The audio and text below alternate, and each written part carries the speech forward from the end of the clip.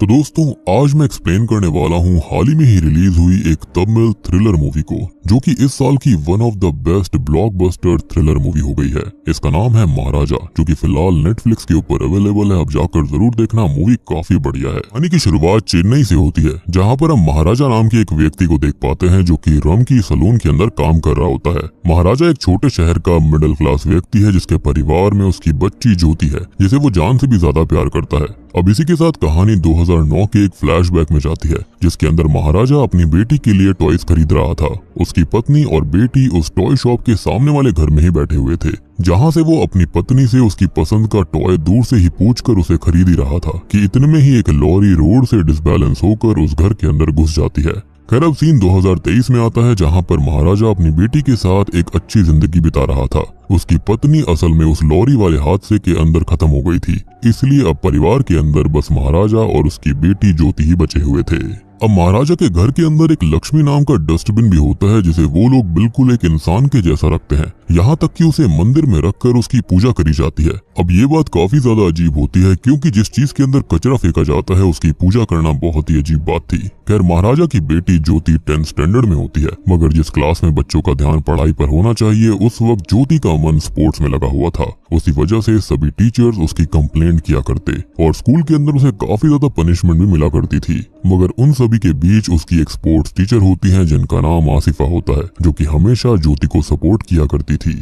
अब एक दिन होता यह है कि ज्योति की बहुत ही ज्यादा कंप्लेंट होने पर स्कूल के प्रिंसिपल ने ज्योति और महाराजा को अपने चेंबर में बुलाया था, जिसके चलते प्रिंसिपल ज्योति को डांटने लगते हैं। लेकिन आसिफा ज्योति को बचाने के लिए एक और बच्चे को प्रिंसिपल के सामने पेश कर देती है, जिसके चलते प्रिंसिपल ने सबके सामने उसे थप्पड़ मारा और फिर वो ज्योति को वापस से डांटने लगे। अब महाराजा ने ज्योति को बहुत ही ज्यादा प्यार से पाला पोसा था, इसलिए वो ये सब और सहन नहीं कर पाता। उसने प्रिंसिपल को ज्योति से माफी मांगने के लिए मजबूर कर दिया था। अब प्रिंसिपल को ये लगने लगता है कि महाराजा बिना माफी सुने जाएगा नहीं, तो उसे मजबूर होकर ज्योति से माफी मांगनी पड़ती है। अब महाराजा का अधिकतर समय ज्योति के साथ ही गुजरता था। अब एक दिन ज्योति ने महाराजा को ये बताया कि उसे स्पोर्ट्स कंपटीशन के लिए स्कूल की तरफ से बाहर जाना पड़ेगा। खैर अगली सुबह वो बस से बाकी बच्चों के साथ चली भी जाती है। ज्योति के जाने से महाराजा एकदम अकेला हो जाता है। ज्योति के ना होने से उसका घर बिखर गया था और वो पागलों जैसा होने लगता है। एक दिन जब महाराजा सो रहा था तो उसके घर पर एक सांप आता है। वो महाराजा के ऊपर से भी निकल जाता है, लेकिन महाराजा इतना खोया हुआ था कि उसे कुछ भी पता नहीं चलता। अब अगले सीन में हम देखते हैं एक अमीर व्यक्ति को, जिसने अपनी कार गैराज के अंदर ठीक करवाने के लिए दी हुई थी।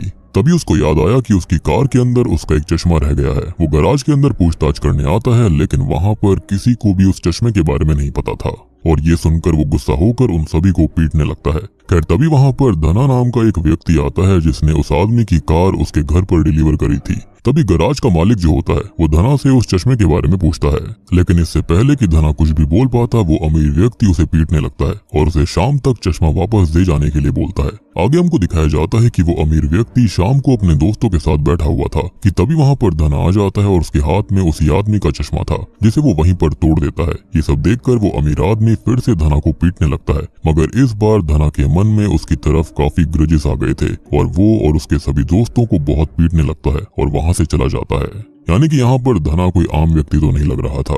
गैराज के अंदर काम करने वाले व्यक्ति के अंदर इतनी हिम्मत नहीं हो सकती कि वो किसी अमीर व्यक्ति पर ऐसे ही हाथ छोड़ दे। खैर अब सीन शिफ्ट होता है, जहाँ पर हमें महाराजा को दिखाया जाता है, जो कि पुलिस स्टेशन आया हुआ था।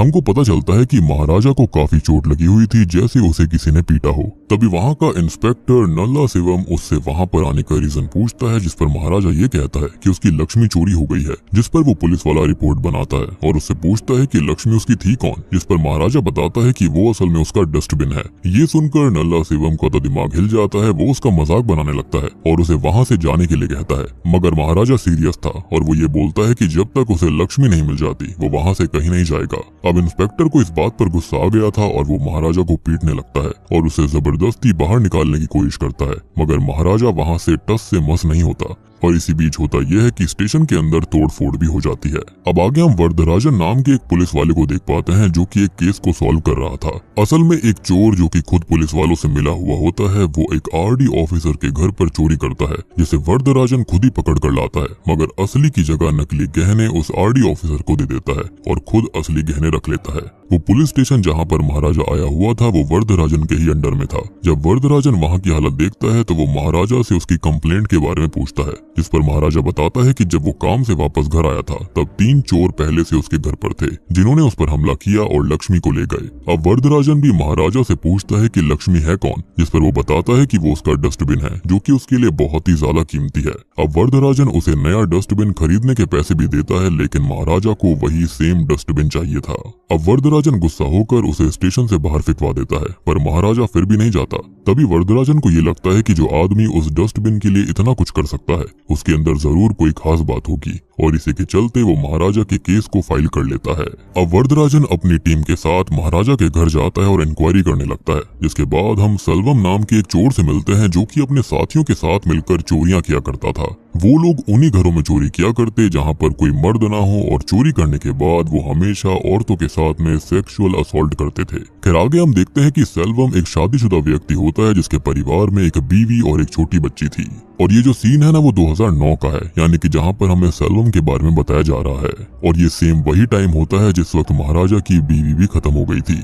अब सेल्वम की बच्ची का नाम अम्मू होता है जिसकी पीठ पर चोट का घाव भी था जो कि काफी गहरा था। अब सेल्वम दिन में वायरिंग का काम करता और रात में चोरी का, और इस बारे में किसी को कोई भी आइडिया नहीं था, उसके घर वाले इसके बारे में नहीं जानते थे। खैर मूवी प्रेजेंट टाइम में आती है जहां पर हम सेल्वम के घर के अंदर लक्ष्मी को देख पाते हैं, जिससे हमको पता चलता है कि उस रात महाराजा के घर पर सेल्वम भी था। दूसरी तरफ सभी पुलिस वाले लक्ष्मी को ढूंढ रहे होते हैं, मगर अभी तक उसकी कोई भी खोज खबर नहीं थी। महाराजा पुलिस स्टेशन में काम करने लगता है क्योंकि उसने वरदराजन को लक्ष्मी को ढूंढने के लिए 5 लाख रुपए की घूस देने का वादा किया था, जिसमें से उसने उसे खाली 50,000 रुपए भी दे दिए थे। अब अगले सीन में हम नोटिस करते हैं कि महाराजा वरदराजन से मिलने के लिए बैठा हुआ था कि तभी धना की कंपनी का एक कार मैकेनिक वहां पर आता है। महाराजा के पूछने पर वो बताता है कि उसकी कंपनी में काम करने वाला धना काफी दिनों से गायब है, और वो महाराजा को उसकी फोटो भी दिखाता है। फोटो देखते ही हम फ्लैशबैक में जाते हैं जहां पर हम नोटिस करते हैं उसी अमीर आदमी को जिसे धना ने मारा था। अब महाराजा जब अपने घर में उन चोरों से लड़ रहा होता है तभी एक चोर के पास से उसे एक कार की पर्ची मिली थी, जिसके मालिक का पता लगाते हुए महाराजा उस अमीर आदमी के पास गया, और हम देखते हैं कि धना के वहां से आने के कुछ ही समय पहले महाराजा वहां पर आया था। और जब वो धना को वहां पर मारपीट करता देखता है तो महाराजा को उस पर शक होता है और वो धना का पीछा करने लगता है। ये देखकर धना अपने कुछ साथियों को बुला लेता है और वो सभी मिलकर महाराजा को मारने लगते हैं। बातों ही बातों में धना महाराजा को पहचान लेता है और उसे बताता है कि वो उसके घर में भी चोरी कर चुका है। ये सुनते ही महाराजा उन सभी को बहुत ही बुरी तरह मारता है और धना की बैक पर कुछ देखने लगता है, जिसके बाद धना उसे बताता है कि उस दिन उनके साथ एक पुलिस वाला भी था जो कि उस चोरी में शामिल था, इसलिए महाराजा कुछ नहीं कर पाएगा। जिस पर महाराजा गुस्से में आकर उसका गला ही काट देता है। और क्योंकि धना ने ये बोला था कि उस चोरी में एक पुलिस वाला भी शामिल था, इसलिए महाराजा पुलिस स्टेशन आया हुआ था। उसका असली मकसद तो उस पुलिस वाले को ढूंढना था जो कि उस रात उसके घर पर था। एनीवेज अब हम देखते हैं कि सब तरफ ढूंढ लेने के बावजूद भी जब पुलिस को लक्ष्मी नहीं मिलती तो वो एक नकली लक्ष्मी बनवाने के लिए जाते हैं। अब तभी सीन 2009 की तरफ आता है जहां पर हम सेल्वम को देखते हैं जो कि अपने साथी सबरी के साथ में चोरियां किया करता था। खैर अब उसकी बेटी का आज बर्थडे होता है, इसलिए वो अच्छा दिखने के लिए महाराजा के ही सलून के अंदर जाता है, जहां पर वो अपनी बीवी को बताता है कि उनकी बेटी को वो सोने की चेन गिफ्ट करेगा। लेकिन होता यह है कि शेविंग कराते समय ट्रिमर की बैटरी खत्म हो जाती है, तो महाराजा बैटरी को लेने के लिए बगल वाली दुकान पर जाता है। लेकिन इतने में ही सेल्वम का दोस्त सबरी उसे कॉल करके बताता है कि यहाँ पर उनकी चोरियों के बारे में अखबार में छप चुका है और वो एक्सपोज हो चुके हैं। सेल्वम उससे बात करके फोन रख देता है कि तभी वो नोटिस करता है कि उसके पीछे महाराजा खड़ा हुआ था। अब सेल्वम को ये लगने लगता है कि महाराजा ने उसकी सारी बातें सुन ली हैं, लेकिन महाराजा कोई रिएक्शन नहीं देता क्योंकि उसने ऐसा कुछ सुना ही नहीं था। जिसके बाद सेल्वम जल्दी जल्दी अपने घर चला जाता है। इधर महाराजा नोटिस करता है कि सेल्वम की जो सोने की चेन थी वो वहीं पर रह गई थी, जिसको देने के लिए महाराजा उसके घर जाता है।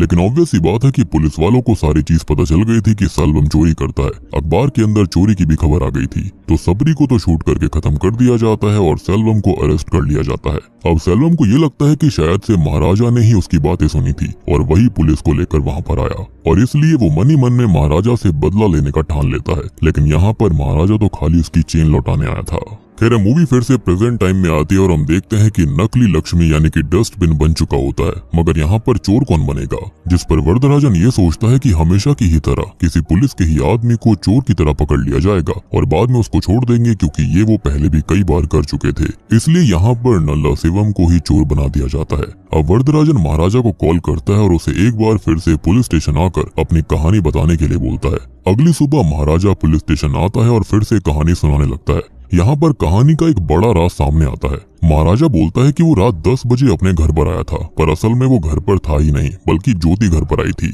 जहाँ पर वो चोर पहले से ही छुपे हुए थे, जो कि 3 लोग थे, जिसमें से एक वो पुलिस वाला भी था जो कि अभी महाराजा के लिए लक्ष्मी को ढूंढ रहा होता है, यानी कि नल्ला शिवम। जी हाँ, और दूसरा था सेल्वम, जो कि जेल से छूटकर महाराजा से अपना बदला लेने आया था। और यहाँ से हमको पता चलता है कि अभी तक जो भी सेल्वम के बारे में बताया गया था वो सारी चीजें पास्ट में हुई थी, यानी 2009 में, और प्रेजेंट में वो खाली अपना बदला लेने आया था। अब ज्योति इन सारी बातों से अनजान अपने घर पर कपड़े बदल रही थी, जहाँ पर ये तीनों उसको देखते हैं और फिर वो उसके साथ में गलत काम करते हैं और महाराजा के आने से पहले भाग जाते हैं। ज्योति की बहुत ही बुरी हालत हो गई थी। इधर वरदराजन जब उस पुलिस वाले को ये कहानी बताता है, यानी कि नल्ला शिवम को, तो वो डर जाता है और सेल्वम को तुरंत ही कॉल कर देता है। अभी तक नल्ला शिवम को ये लग रहा था कि महाराजा को कुछ नहीं पता, मगर अब उसे डर था कि कहीं लक्ष्मी को ढूंढते हुए वो न पकड़ा जाए। अब इधर सीन फिर से पास्ट में जाता है, जहाँ पर उसी रात जब महाराजा अपनी बेटी के लिए स्पोर्ट शूज लेकर घर आ रहा था, तो घर आकर वो अपनी बेटी को इतनी बुरी हालत में देखकर शॉक्ड रह जाता है और उसे तुरंत ही हॉस्पिटल लेकर जाता है। ज्योति की हालत काफी खराब होती है, जिसे देखकर महाराजा काफी ज्यादा दुखी हो गया था और वो बहुत ही ज्यादा रो रहा था। ज्योति अपने पिता से ये कहती है कि उसके साथ ये सब करने वालों को वो ढूंढ कर लेकर आए, और उसी के बाद से महाराजा इन तीनों चोरों को ढूंढने लगता है। खैर, अब कहानी में प्रेजेंट में आगे दिखाया जाता है कि वरदराजन और उसकी टीम उस रात के सीन को रिक्रिएट करने के लिए महाराजा के घर जाती है, जहां पर वो ये सब कर ही रहे होते हैं कि तभी महाराजा एक बहाने से सभी पुलिस वालों को गले लगाता है और तभी उसे नल्ला शिवम मिल जाता है, जिसकी बैक पर चोट का निशान था, और महाराजा समझ जाता है कि ये वही आदमी है जो कि उस रात उसके घर पर आया था, ज्योति के साथ गलत किया था। अब इससे पहले कि महाराजा कुछ कहता, वरदराजन बोलता है कि वो उसको नहीं छोड़ेंगे, इस पर महाराजा को कुछ भी समझ में नहीं आता। असल में यहाँ पर हमको ये पता चलता है कि जब धना की मौत हुई थी, तो उसके बाद यहाँ पर बात वरदराजन को पता चल गई थी कि केस में हो क्या रहा था। उसने पूरी चीज यहाँ पर सर्च करी, वो डॉक्टर के पास गया था, जहाँ पर उसे पता चला कि महाराजा की बेटी ज्योति के साथ में गलत काम किया गया था, और वो पहले से ही जानते थे कि महाराजा सब कुछ जानता है। इनफैक्ट वो तो इनडायरेक्टली महाराजा के साथ मिलकर उसकी ही हेल्प कर रहे थे, ताकि यहाँ पर वो उस पुलिस वाले को पकड़ पाए जो कि ये गलत काम करता है। और अभी तक ये सब खाली लक्ष्मी को ढूंढने का नाटक कर रहे थे, ताकि नल्ला शिवम को शक न हो। जिसके बाद वरदराजन महाराजा को नल्ला शिवम को मार देने के लिए कहता है और एक वेपन भी देता है, और बाकी सभी लोग उस पुलिस वाले को यानी कि नल्ला शिवम को महाराजा के साथ घर में बंद कर देते हैं, जिस पर महाराजा उसे वहीं ऑन द स्पॉट मार डालता है। वरदराजन का ऐसा मानना था कि ऐसे लोगों के लिए कोई भी सजा कम पड़ेगी और वो माफी के लायक बिल्कुल नहीं है। खैर, अब कहानी आगे बढ़ती है और महाराजा को पता चल गया था कि नल्ला शिवम और धना के साथ में जो तीसरा व्यक्ति था वो फिलहाल एक कंस्ट्रक्शन बिल्डिंग में काम करता है और वहाँ छुपा हुआ है। इसके बाद वो वहाँ पर जाता है और सेल्वम को देखते ही उसे फ्लैशबैक के सीन्स याद आते हैं, जब सेल्वम को पुलिस पकड़ कर ले गई थी। ये देखकर महाराजा उसे बहुत मारता है। उसे काफी पीटने के बाद सेल्वम उससे ये कहता है कि मैं तो कुछ दिन में ठीक हो जाऊंगा, मगर तुम्हारी बेटी इस हादसे से कभी भी उभर नहीं पाएगी। और तभी हम नोटिस करते हैं कि टीचर आसिफा ज्योति को लेकर वहीं पर आती है। और दोस्तों, अब यहाँ पर खुलते हैं इस मूवी के सबसे भयानक असली पत्ते। तभी ज्योति सेल्वम को एक चेन देती है और बोलती है कि ये चेन वो रख ले, और वो वहाँ से चली जाती है। ज्योति को लगा था कि वो लोग उस दिन घर में चोरी करने आए थे। चेन देखकर सेल्वम बिल्कुल चौंक जाता है। असल में ये वही चेन होती है जो कि सेल्वम ने 2009 में अपनी बेटी को उसके जन्मदिन पर देने का सोचा था। और यहाँ पर एक बार फिर से 2009 का सीन दिखाया जाता है, जहाँ पर हम नोटिस करते हैं कि सेल्वम के अरेस्ट होने के बाद में उसकी पत्नी ये बोलती है कि वो उसकी बेटी ज्योति से दूर रहे, क्योंकि उनको इस बारे में कोई आइडिया नहीं था कि वो कितने गलत काम करता है और लड़कियों के साथ भी गलत करता है। तो ऑब्वियस सी बात है, ये सब सुनकर देखकर सेल्वम को गलतफहमी हो गई थी कि महाराजा ने उसे पकड़वा दिया, जबकि उसके बारे में ऑलरेडी पुलिस को पता चल चुका था। तो सेल्वम ने अपने मन में महाराजा के अगेंस्ट एक ग्रज पाल लिया था, और जैसे ही वो जेल से बाहर आया तो उसने ये गलत काम कर दिया। लेकिन शॉकिंग चीज ये होती है कि जब महाराजा वहाँ पर आया था तो वो अपने परिवार को लेकर सेल्वम के घर गया था। ये वही घर था जो कि हमने शुरुआत में देखा था। महाराजा सेल्वम की पत्नी को वो चेन देता है जो कि सेल्वम उसके सलून के अंदर ही भूल आया था, मगर सेल्वम की पत्नी उसे लेने से मना कर देती है कि ये भी चोरी की होगी। तभी महाराजा सेल्वम की बेटी के लिए टॉय लेने जाता है, जिसके बाद उनके घर में वो लॉरी घुस गई थी। अब इस हादसे के अंदर महाराजा की बीवी, उसकी खुद की बेटी और सेल्वम की बीवी सभी मारे जाते हैं, लेकिन खाली सेल्वम की बेटी बच गई थी, क्योंकि उसके ऊपर डस्टबिन यानी कि लक्ष्मी गिर गई थी, जिससे कि सेल्वम की बेटी बच गई थी। और इसलिए ही ये लोग लक्ष्मी को बहुत ही ज्यादा अच्छे से रखते थे, इसलिए उसकी पूजा किया करते थे। उनके लिए वो भगवान से कम नहीं थी। आई होप आपको लक्ष्मी वाला कॉन्सेप्ट क्लियर हो गया होगा। और यहाँ पर हमको ये पता चलता है कि असल में महाराजा की वो बेटी जिसे महाराजा इतने समय से पाल पोस कर बड़ा कर रहा था, वो महाराजा की नहीं बल्कि सेल्वम की बेटी होती है। जी हाँ, तभी ज्योति की बैक पर सेल्वम को एक निशान दिखता है, जिसे देखकर सेल्वम को याद आता है कि उसकी बेटी पर भी ठीक ऐसा ही निशान था। यानी कि ये लड़की ज्योति नहीं बल्कि ये अम्मू होती है। यहाँ सेल्वम ने बदले की आग में अपनी ही बेटी के साथ गलत किया था, इनफैक्ट उसके साथियों ने भी किया था। अब सेल्वम अपने किए हुए पर बहुत ही शर्मिंदा होता है और महाराजा से माफी मांगता है, लेकिन अब बहुत देर हो गई थी। अब महाराजा, ज्योति और आसिफा वहाँ से निकल जाते हैं और सेल्वम अपनी गलती के लिए खुद को माफ नहीं कर पाता और वहीं ऑन द स्पॉट बिल्डिंग से कूदकर अपनी जान दे देता है। और बूम, इसी के साथ में ये मूवी यहीं पर खत्म हो जाती है। तो दोस्तों, ये थी महाराजा ग्रेट किंग फिल्म की कहानी। उम्मीद करता हूँ कि आपको ये Tamil blockbuster action thriller movie अच्छी लगी होगी। ये जो मूवी है वो तमिल फिल्म इंडस्ट्री की 2024 की सेकंड हाईएस्ट फिल्म बन चुकी है, यानी कि इसने काफी बढ़िया पैसे कमाए। 20 करोड़ में ये मूवी बनी थी, इसने अभी तक 110 करोड़ रुपए कमा लिए हैं। मूवी काफी बढ़िया है, काफी ज्यादा दिल को टच करती है। एक्शन सीन्स, एक्टिंग काफी जबरदस्त है। बाकी यहाँ पर सारी चीजें मैंने आपको ऑलरेडी समझा दी है, आपको सारी चीज समझ में आ गई होंगी। फिर भी अगर आपका कोई डाउट है तो आप कमेंट सेक्शन में पूछ सकते हैं। तो वीडियो पसंद आई हो तो लाइक कर देना, चैनल के ऊपर नए हैं तो सब्सक्राइब कर लीजिए।